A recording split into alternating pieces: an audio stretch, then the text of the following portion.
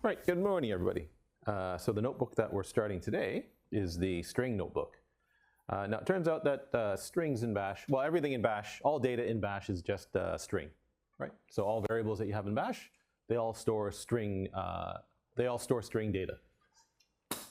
And so it's not surprising that Bash provides you with a bunch of operations that work on strings because that's your fundamental data type. It turns out that all of your string operations, not all, most of your string operations are what are called parameter substitutions, right? So remember, a parameter is just a variable in Bash. It might have a funny name.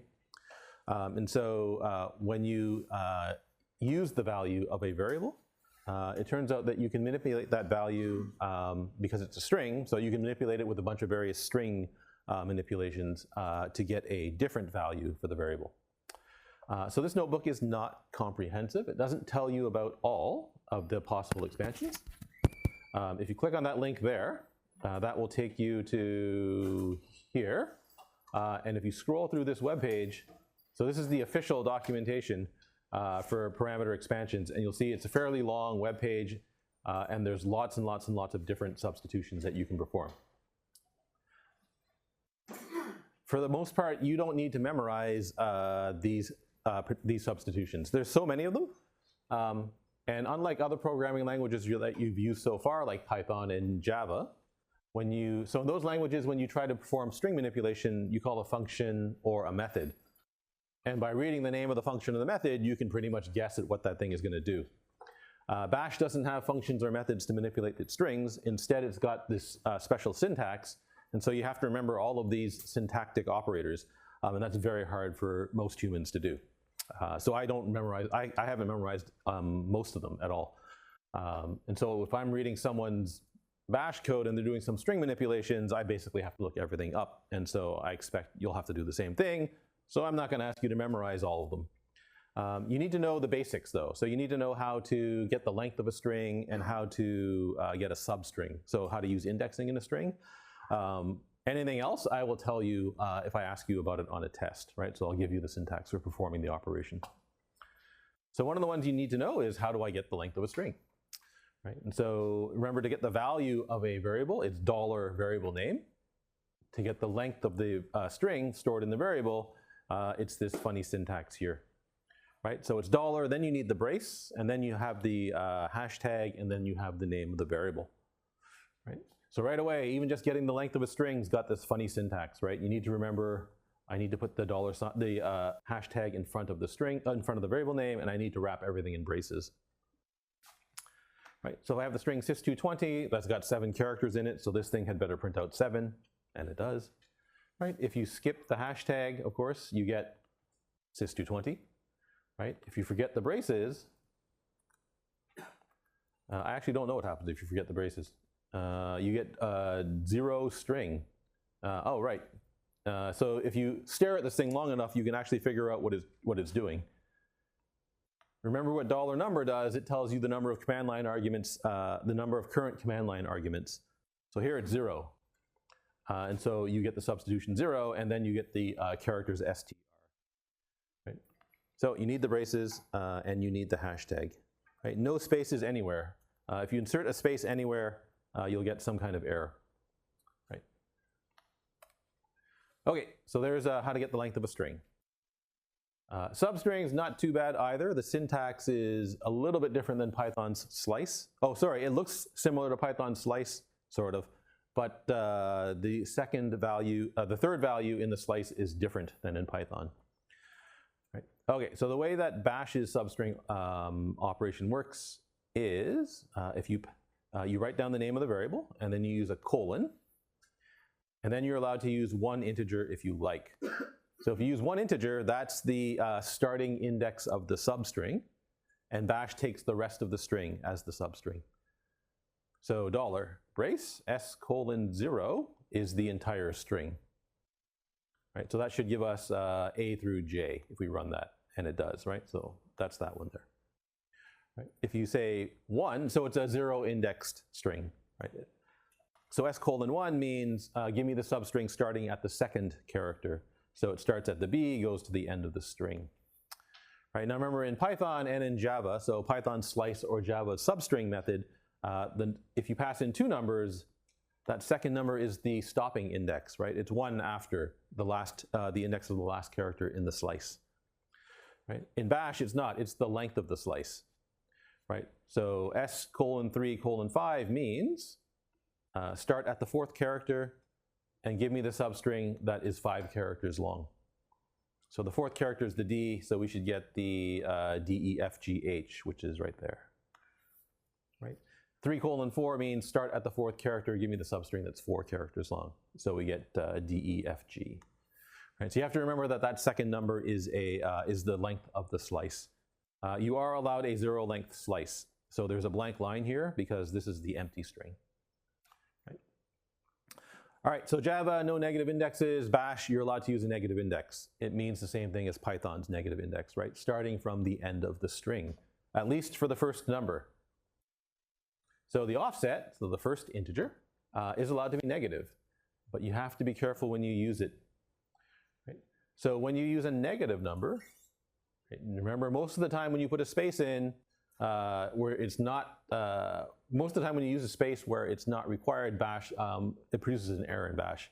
Here, the space is required, right? And that's because :hyphen is a different kind of parameter substitution. So it can't tell, if you write S:(-1), it can't tell, do you want a slice or do you want this other operation, right? It's ambiguous. So here you have to disambiguate what you mean, and now the space is required. Right? If you wonder why bash is a bit strange in all of these rules, it's because the language was designed for computers in the 1970s, right? So not a lot of computational power back then, which means there's not a lot of computational power to even parse the command that you just typed in, right? Which is very different than compared to the situation we're in today. And so the language bash is meant to be easy for the computer to read. It's not meant to be easy for humans to read and write. And so the fact that you need to remember to stick in the space here is because it makes it easier for the computer to read bash. The human has to remember to put in the space.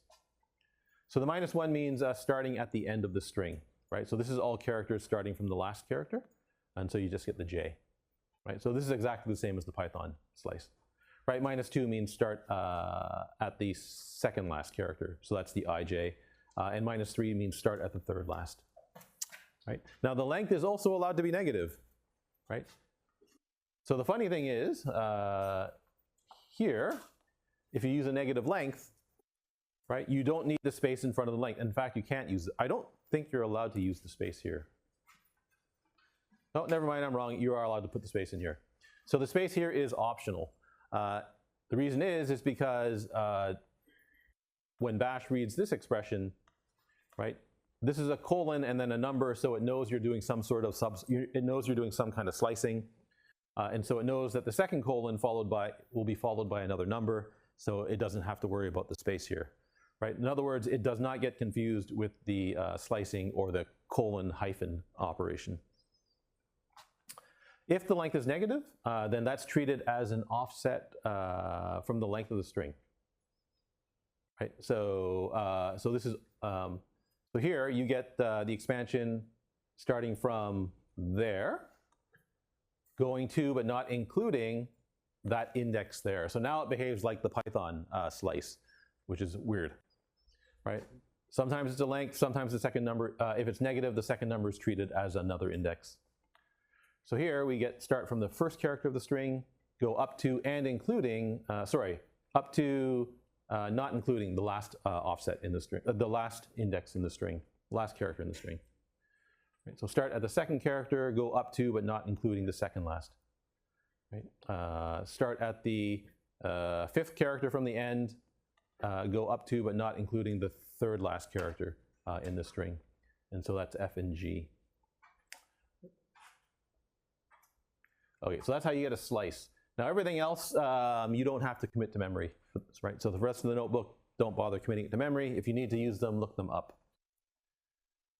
And so the rest of the notebook describes some of the parameter expansions that you can perform with a string, right? So some of the manipulations that you can perform on a string without having to call a function of some kind.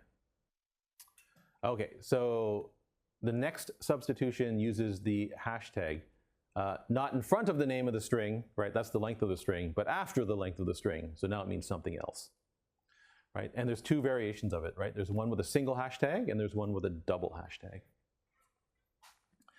All right, so this substitution looks like name of the string, right? One or two hashtags and then a pattern.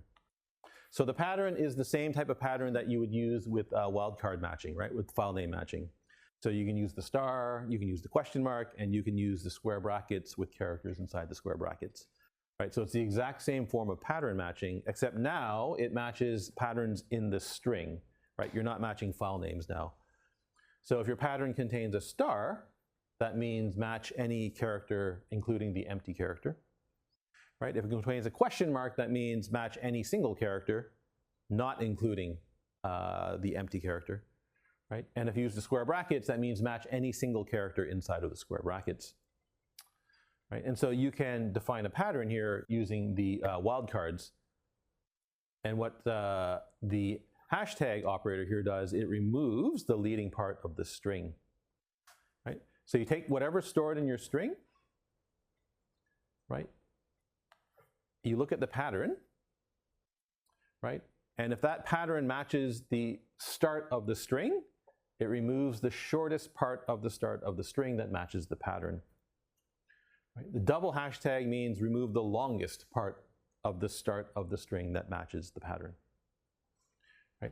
This never changes the actual string, right? This all produces a substitution, so it produces a new string. It doesn't change the original string, str in this case. All right, so here's an example where you want to get the extension of a file name, right? So on the assignment, the current assignment, you're going to be doing these operations using bash commands. You could do it with expansions if you wanted to, but the assignment says you might want to consider using a command instead because it's a little bit easier. All right, so I would like to get the extension of this file. So I want to get the .txt in this case. Right. So if I can figure out how to remove the file from the front of the string, right? Sorry. Oh wait, this is no, this is fine. Expands the string remove form by removing the shortest leading part of string that matches pattern. The shortest. Am I doing this right? I am doing this right. Okay. So I want to get the extension. Sorry, I want to remove. Right. Okay. Sorry. So I want to remove. I want to get the txt. So I want to remove everything in front of the string up to and including the dot. Right. So it doesn't matter what's in front of the dot. It could be anything.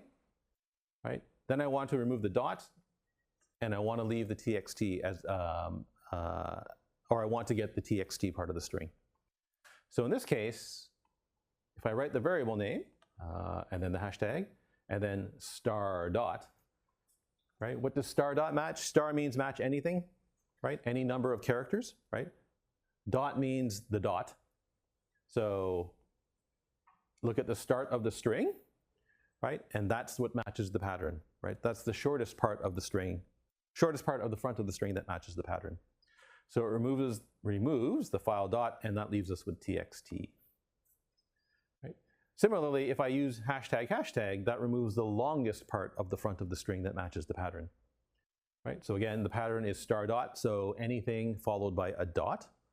So the longest part of the string that matches that at the start is file dot.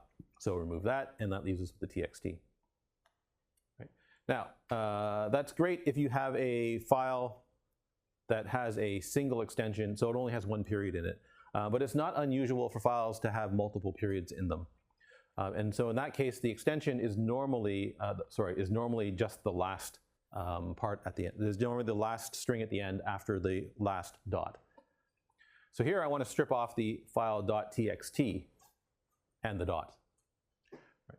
So if I use a single hashtag, if I use a single hashtag here, I remove the shortest part that matches the pattern, so that removes the file dot, and that leaves us with txt.zip.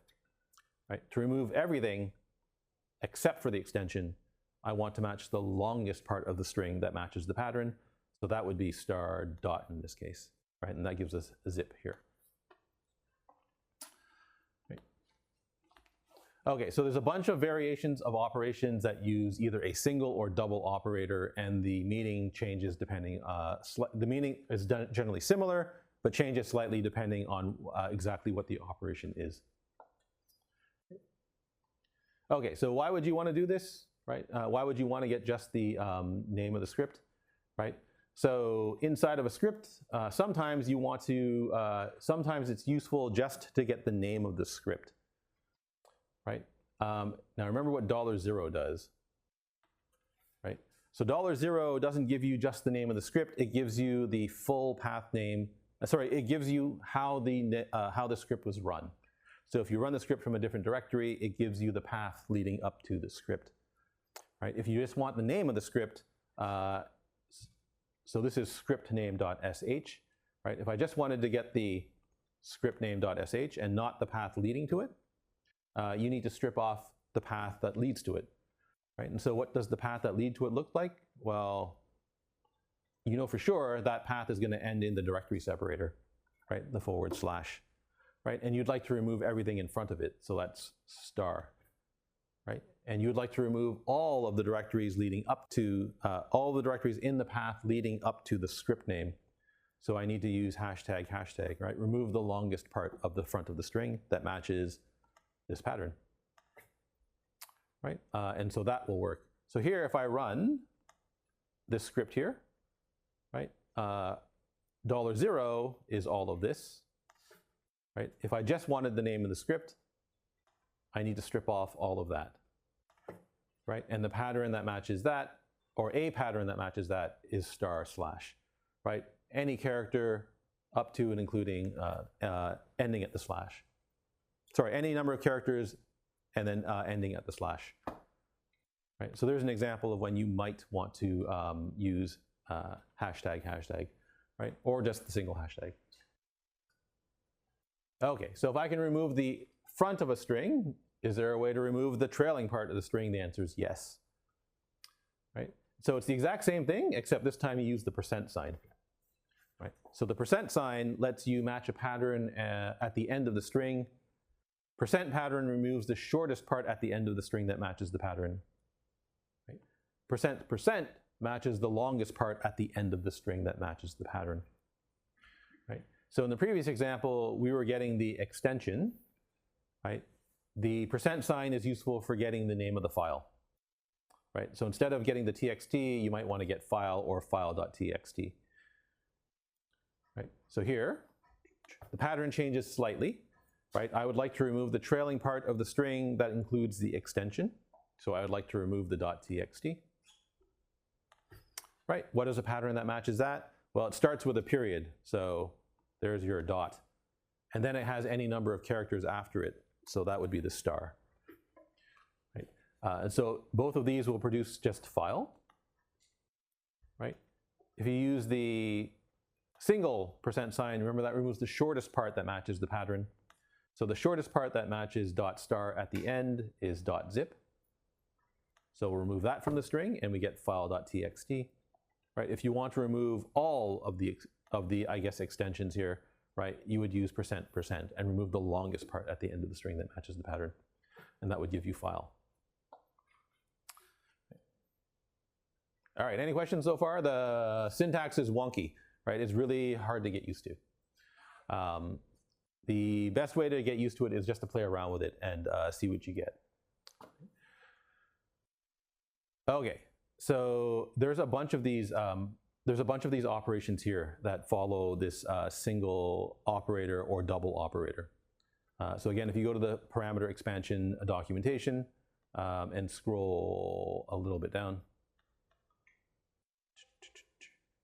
here we go. We start here. So there's the hashtag, there's the %sign, and then there's a bunch of other ones here as well. There's the caret and the comma. There's the @ and so on and so on and so forth. Okay, replacing part of a string. So replacing part of a string is one of these common string operations. You've got a string, I'd like to pull out some part of the string and replace it with something else. Right? And so Bash lets you do this by specifying a pattern to replace in the string. Right, now the question is, when you're replacing something in a string, the question is always, do you want to replace the first one or do you want to replace all of them? Sometimes you might want to replace the last one. Right? I don't think there is a way to replace the last one in Bash. Replacing the first one is you would use the first form of the expansion. Of the parameter expansion. Replacing all of them, you use the second form of the expansion. Right? Notice the only difference here is the single / and the double / here. So if I want to replace the first occurrence of that pattern in str with whatever string that is, that's what you would write as your expansion. If you want to replace all occurrences of a pattern in a string with a single substring, you use the double / here.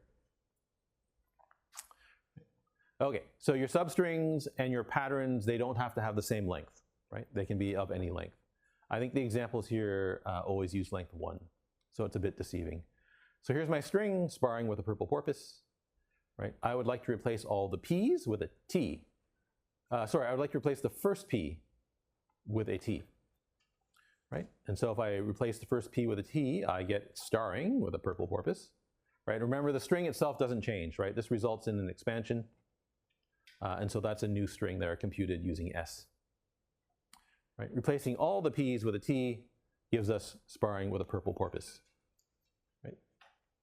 That's S. Gives us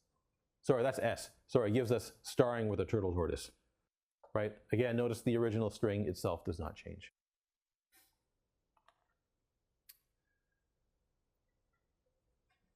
Sorry, this cell is duplicated for some reason. So that cell is exactly the same as the previous cell up here. Okay, so the replacement string and the pattern can have any length, right? And so the replacement string can be the empty string, which effectively does substring deletion, right? So I can remove all the p's by specifying no replacement string here, right? Or the empty replacement string here. So this replaces the first p with with nothing, or deletes it. So here I get starring instead of sparring. And the second form replaces all the p's with the empty string. So here I get starring and Earl and Oris, right, instead of sparring purple and porpoise. Right? Again, the strings and the substring lengths don't have to match, right? So they don't have to be single characters or empty strings. They can be of any length. Okay, case conversion is a bit unusual it's a little bit unusual, I guess. I guess it was more common back when people used strings for a lot of other things. But now, I guess nowadays people have actual types to represent data. So it's not so common that you have to do, it's less common that you do string conversion, case conversion here. Case conversion is weird. So if you thought the other ones were strange, this one's a little bit stranger.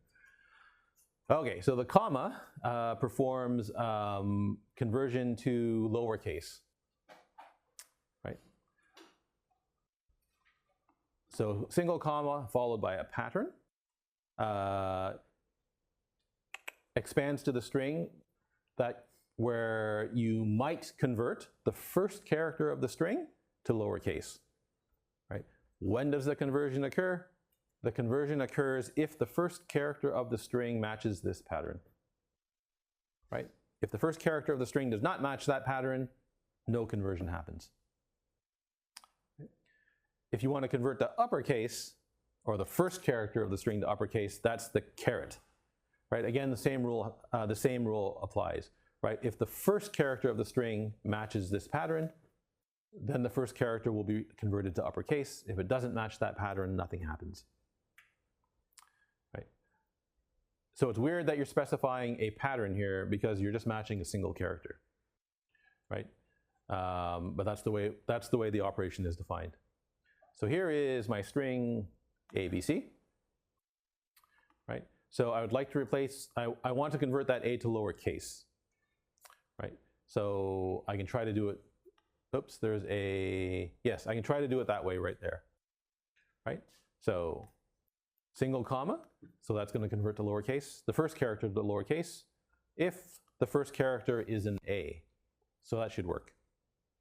Right, so 1 should give us lowercase ABC.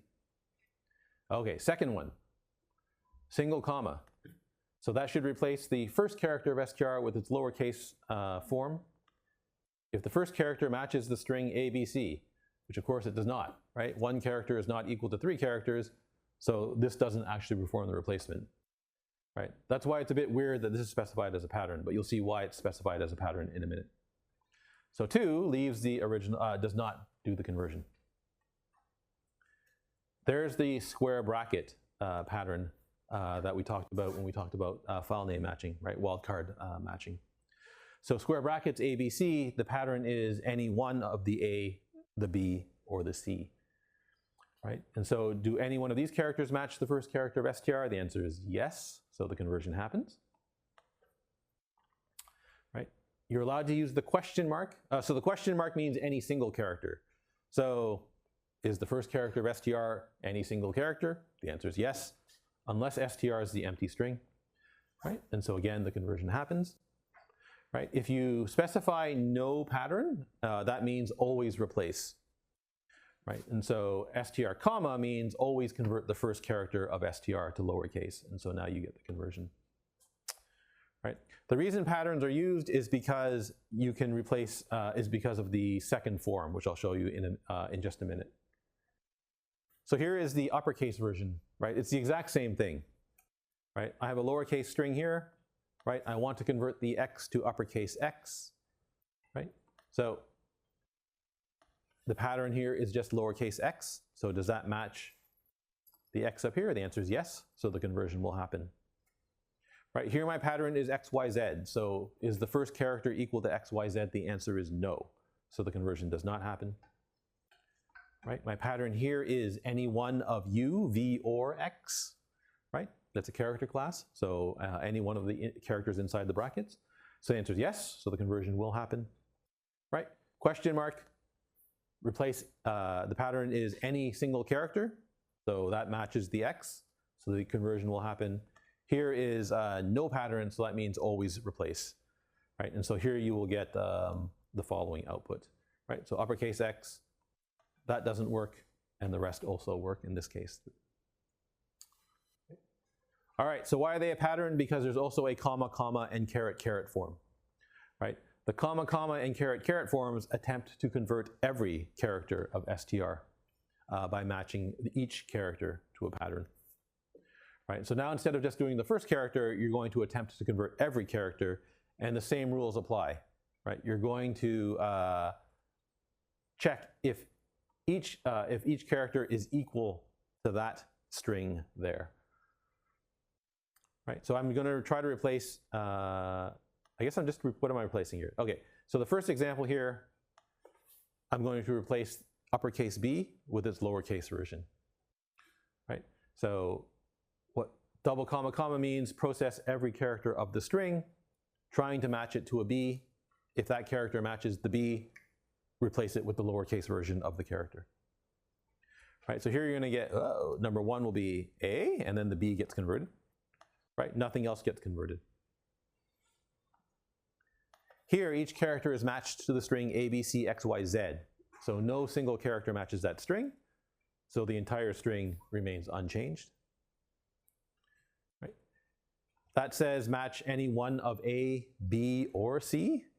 So that replaces all of the A, B, and C with the lowercase version. Right? Question mark matches any single character. So all of the characters get converted to lowercase. Right? And again, just like with the single comma, if there's no replacement character, then that means replace everything. And so here, everything gets replaced with its lowercase version. Right? Caret, caret works the exact same way. Right? So caret, caret does the exact same thing, except it converts characters to uppercase instead. Right? Hopefully at this point, you understand why I never ask you to memorize all of these. Right? It would be silly for me to ask you to memorize these. Okay. So if you thought that was bad, this is slightly worse. So unsetting and empty strings. So one of the problems with Bash is that when you use a variable name that doesn't exist, Bash creates the variable for you. which is can be inconvenient. The other problem is if you're writing a script and you're using the positional parameters, so $1, $2, $3, $4, and so on. If you call the script, if someone calls the script with the wrong number of parameters, then some of your positional parameters can be unset. Right? So if your script expects 3 arguments, but the caller only passes in 1, then $2 and $3 are not set. So it would be nice in those cases if you could give those values if you could give those unset variables a value, right? Or at least, yes. So So if you could give those unset variables a value, and so that's what the various operators in this table let you do, right? It lets you solve problems of this kind. Okay, so let's take a look at these one at a time. So notice here's colon hyphen, and so this is one of the expansions. So this is why when you're slicing a string and you want to use a negative index, you have to put a space after the colon, right? Otherwise it gets confused with this expansion here. Okay, so what happens here? So here we have string minus word.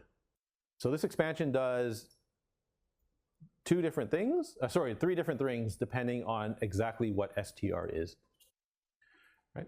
So if str is unset, so that means if it doesn't exist yet, if either the variable does not exist or if you've explicitly unset the variable, right, then this expansion produces whatever string this is, right? So string's not set, substitute all of this with the string word, right? If string is empty, right, then this expansion does nothing, right? You still get the empty string, right? And if string is non-empty, then again, this expansion does nothing, you get the original string. So I guess in both these cases, right, you get back the original string, right? But if string is not set yet, then you get back whatever string is stored in Word.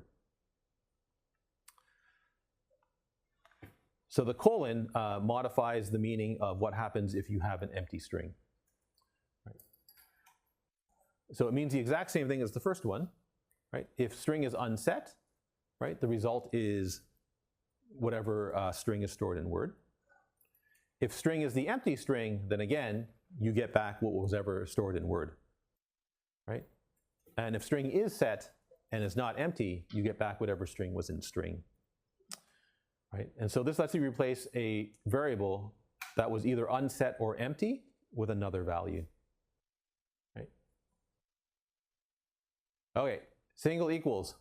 This does the same thing as the hyphen, except it also assigns back to the original string. Right? This one is just a substitution. This one is substitute and assign back to string. So string equals word means if string is unset, this all results in word, right? And it also sets string to equal word. Right? If word is empty, or if it's not, if otherwise, so if word is empty or has some non-empty value, the expansion produces the original string and does not change the original string. Colon equals, so the only difference is it's the exact same as the previous one, except now if the string is empty, word also gets assigned to str. Right, so the first two are just produce an expansion, do not change str. The second two are expansions and also set str. Right, and then there's a bunch of variations, there are additional variations as well. So I don't think it's important to cover these in the lecture. Normally, I mean, obviously, you are not going to get asked about these on a test, and I normally don't ask you to use these on an assignment of any kind, although you might find a use for them that I haven't considered. But if you want to look at these, the notebook tells you what they do. Right? So in brief, the in brief part is probably the more useful part of this table. Right? The minus variations are useful for producing default values from unset or empty variables. Right? The equal variations are useful for setting default values to unset or empty variables, but they also assign back to the unset or empty variable. Right? You have to remember that if you're using the equal variation, you can't assign back to a positional parameter. Right? So for example, the $2 is not set. You can't set $2 this way. It doesn't work. And then plus and question mark are useful. So plus is useful for producing alternate values from a set variable, and the question mark is useful for indicating errors from unset or empty variables. Right? And there's a script here called empty.sh that you can play around with and see what it does. Right? And so I will leave that notebook there. If you're interested in exactly what they do, play around with the script or edit the script and see what happens when. Oh, sorry, you don't have to edit the script. You pass in an argument. The command line, you pass in a command line argument, and it does the various substitutions for you. All right, so that's all that I want to say about the parameter substitution. Right, so manipulating strings via parameter substitutions. As I mentioned at the beginning of the lecture, there are a bunch of other expansions that you can perform. Right, if you want to know what those, if you want to know about those expansions, read the documentation. But I'm not going to ask you about them otherwise. All right, so that takes care of that notebook. I guess we'll start the next one. TR, sure, let's do TR. Okay, so one of the things you might have noticed from the string expansions is that, from the parameter expansions, is that some possibly common operations are missing. Right, so you can replace a single character. So is there a way to, yes, you can replace one or multiple occurrences with a single pattern, but there's no way to specify, I'd like to convert the character A to Z and the character B to something else and the character C to something else, and so on and so on and so forth, right? There's also no way to remove repeated sequences of characters, right? So there's no way to specify a pattern in a way that you, so that you can say, I would like to replace 3 S's with a single S, or something like that, right? If you want to solve those kinds of patterns, that's what TR is for. If you want to solve those kinds of problems, that's what TR is for. So TR translates, squeezes, and deletes characters it reads from standard input, and it writes to standard output. So if we want to do this on a variable, we're going to have to do something a little strange, right? Okay, so the command is similar. It's basically character-based search and replace for strings, right? That's one way to think about it. So to use TR, the command is TR. Right? There's a bunch of options that you can specify, and then you specify one or two sets of characters. So sequence 1 and sequence 2 are simply strings containing a set of characters. Right.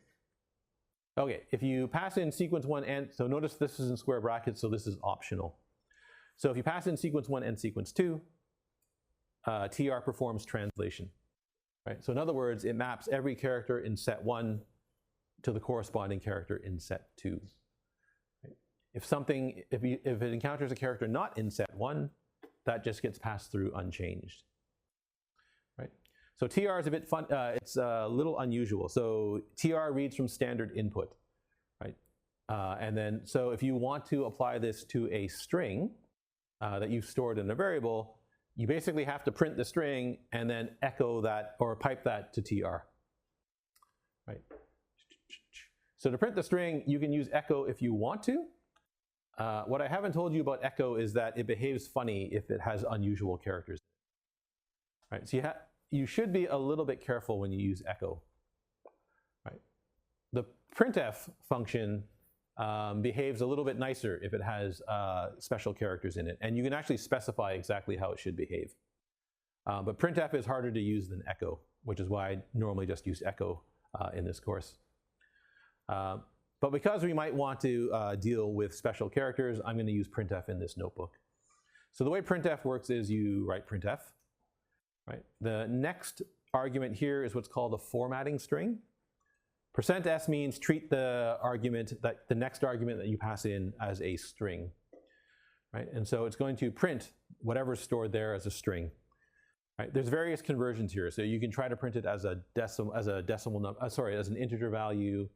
You can tell it how to treat special characters and so on by changing the %s. Right? So I'm going to print whatever is stored in S and pass it to translate, right, to TR. Okay, so TR in this form takes two sets of characters, which you just specify as strings, right? So if I use a P here and a T here, this means convert every P, replace it with a T. So here's sparring with a purple porpoise again, so this is going to produce starring with a turtle tortoise. Right. Okay, so similarly to computing the string, so you can replace, I can replace all dots with a /. So here I've got a Java package name, right? If I want to know what directory the package sys124 corresponds to, I just replace all the dots with a /, right? And I know that the sys124 directory must be, its relative path name is that, right? Okay, so there's an example of replacing one character with another character, but you can specify multiple characters in both the first and second set. Right? So the sequences, these are actually sets. You can specify them in 3 different ways. You can just use a string, so you can list out all the characters that you want to convert. Right? You can use a range, like I showed you with the square brackets. Right? This works fine in Bash, but if you're working in other, if you need your script to work in other scripting, with other shells, this isn't guaranteed to be portable. So you have to be a little bit careful with this one. And of course, you can use the POSIX character classes as well. Right? Normally, when you're using translate, the size of sequence 1 and sequence 2 are the same. Right? So we'll stick with that for now. So here's sys220. I would like to convert the sys to uppercase. I could use a string substitution, a parameter substitution. In this case, we can also use TR. Right? So my first sequence is A through Z, lowercase. My second sequence is uppercase A through Z. Right? So when I call translate, passing in sys220 as the argument via a redirection here. Right? What this does is it converts all lowercases a to uppercase A, all lowercase b to uppercase B, all lowercase c to uppercase C, and so on and so on and so forth. Right? So that will also do your uppercase conversion right there. If your sequences have different lengths, then strange things can happen. Right? So if sequence 1 is shorter than sequence 2, then that's not a problem. Right? Every character in the first sequence has a corresponding character in the second sequence, so there's no problem. The extra characters are simply ignored. So here, sequence 1 is lowercase a through z. Sequence 2 is uppercase a through z and the digits 0 through 9. Right? So this means that the numbers, it won't, because the numbers 0 through 9 don't appear in sequence 1, the mapping's never going to happen. Right? It's never going to try to do the mapping. Right? So here you get sys2, oh sorry, sys from, oh sorry, this is a bug. Sequence 1, sequence 2. Right? Notice that Bash ran that line without any issues. Right? From and to are undefined, so they're both the empty string, so translate does nothing. There we go. So this also does the conversion without any errors. Okay, strange things happen if your first sequence is longer than your second sequence. Right? So remember, if your first sequence is longer than your second sequence, there are characters in the first sequence that have no mapping in the second sequence. Right? And so what happens here depends on exactly where you're running, what version of the shell you're running. Right? So if you're, sorry, what version of TR are you running? So if you use the standard version of TR that comes in Linux, what happens is the last character in the second sequence gets repeated. Right? So this is a bit strange. Okay, so here my first sequence is 0 through 9. Right? So this says I'd like to replace all of the characters 0 through 9 with the corresponding character in here. Right? So the 0 gets mapped to an X, but the question is what happens to the 1, 2, 3, 4, 5, 6, 7, 8, 9? Right? So the GNU version of TR says, well, I'm just going to replace the X. I'm going to extend X by copying the X 9 times. So this replaces all the 0s through 9s with an X, like that. Right? Other versions of TR may not do this. So in particular, the Mac version of TR, I have no idea what it does. Right? You might get an error, you might get something else happening. Right? If you really want to do this duplication, so if you want to be explicit about the duplication, you can use this syntax here. Right? So inside square brackets, you can write x star, and now TR will interpret that as meaning x repeated as many times as necessary. Right? And so that's the quote-unquote portable way to do it. Right? So TR, when you use it this way, it's useful for basically converting one character to another character, right? Where you specify all of the conversions yourself. Oh, this one's a funny thing. Oh yeah, this is strange. So sequence 1 and sequence 2, they're supposed to be sets, right? So that means no character should be duplicated in the first set, and no character should be duplicated in the second set, right? If you do, TR doesn't actually check to see if you've duplicated characters, right? So it doesn't enforce the set requirement. So if you repeat characters, funny things happen, right? So remember, when you write this, you're saying map the lowercase c to the uppercase c, right? Map the lowercase I to uppercase I, lowercase s to uppercase s, and now you're saying map the lowercase c to something else, right? So in Bash probably extends the last character, so makes that a capital S, so that these both have the same length, and then you get the following: SISS 220, right? The reason you get that is because you've got a duplicated letter C in the first string, right? So the second C matches the uppercase S, and it turns out that, at least in the GNU version of Bash, it performs the S substitution for the capital C, right? And you get this weird substitution here. Okay, if you want to delete characters, again, you could use a string parameter substitution, right? Or again, you could use TR. So here with TR, you need to pass in -d to tell it you want to do deletion, right?